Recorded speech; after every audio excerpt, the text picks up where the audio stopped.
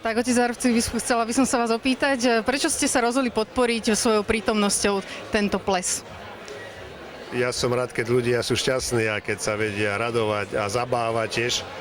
Takže moja prítomnosť je tu naozaj takým znakom aj mojej radosti a šťastia z toho, že môžem troška tak tej atmosféry napomôcť a byť aj účastný. A druhá moja otázka bude smerovať k tomu, čo ste vlastne už povedali počas kázne.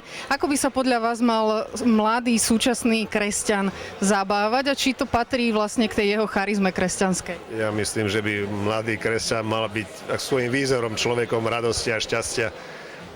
Aj keď v ťažkostiach človek prechádza ich s takou vnútornou radosťou, tak ich ľahšie prekonáva. Každý lekár povie, že človek, ktorý je pripravený aj vnútorne taký spokojnejší, skorej prekoná aj ťažkosti. Takže ja predpokladám, a nie preto je tento ples samozrejme, ale aby aj mladí kresťania ukázali, že dokážu sa radovať zo života, lebo naozaj ten život pekne žijú. Vedia sa mať radi, ste sú tu mnohé páry, ktorí sa ľúbia a k tej radosti a k tej zaľúbenosti samozrejme patrí aj toto šťastie. Tak ja by som len prial nielen tým, ktorí sú tu, ale všetkým, aby vedeli tú svoju mladosť, lebo tá je plná krásy, využiť v takýchto chvíľach, ako máme aj tu, na veselosť, na radosť, a takú tú zábavu, ktorá skutočne takým šťastím ľudí, nielen nejakým osobným, ale všetkých, takou radosťou, ktorá nie, že je len, by som povedal skorej, že poteší, vyzdvihne, že takou radosťou, nechceme, že slušnou, v takom zmysle nejakej takej mravokárnosti, a takou spontánnou radosťou, ktorá vychádza zo srdca.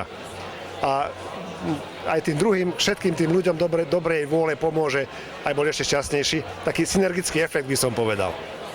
No a vy, keď ste boli vo veku týchto mladých ľudí, chodevali ste na takéto zábavy, alebo existovali vôbec takéto zábavy kresťanské? Tak to je pre arcibiskupa nedobrá otázka, lebo teraz, keď to ja poviem, že áno, tak poviem, no teda, áno, chodieval som, nebol som vždy ani kňazom, ani arcibiskupom, a ešte predtým, ako som bol gymnazista, dokonca na základnej škole, ako som končil, som chodil do tanečného krúžku a sme tancovali latinskoamerické tance, ktoré ja milujem, stále mám ich veľmi rád.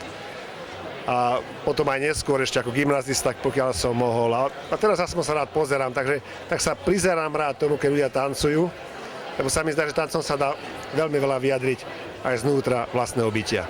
Ďakujeme veľmi pekne. A pre nás je veľkou cťou privítať ho dnes medzi nami a preto ho teraz srdečne prosím, aby prišiel k nám a slavnostným príhovorom otvoril tento ples.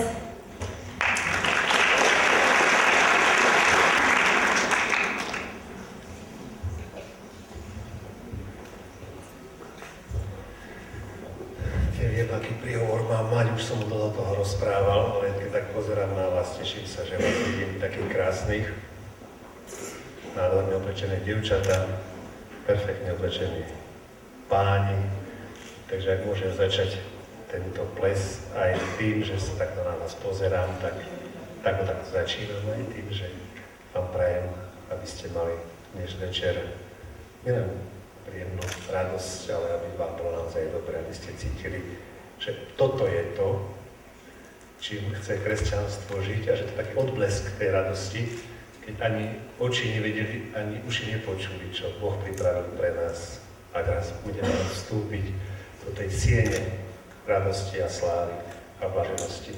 Takže užite si dnes večer kúsok takej Božej blaženosti. Tým otváram dnešný ples Madonicia. Ďakujeme vám.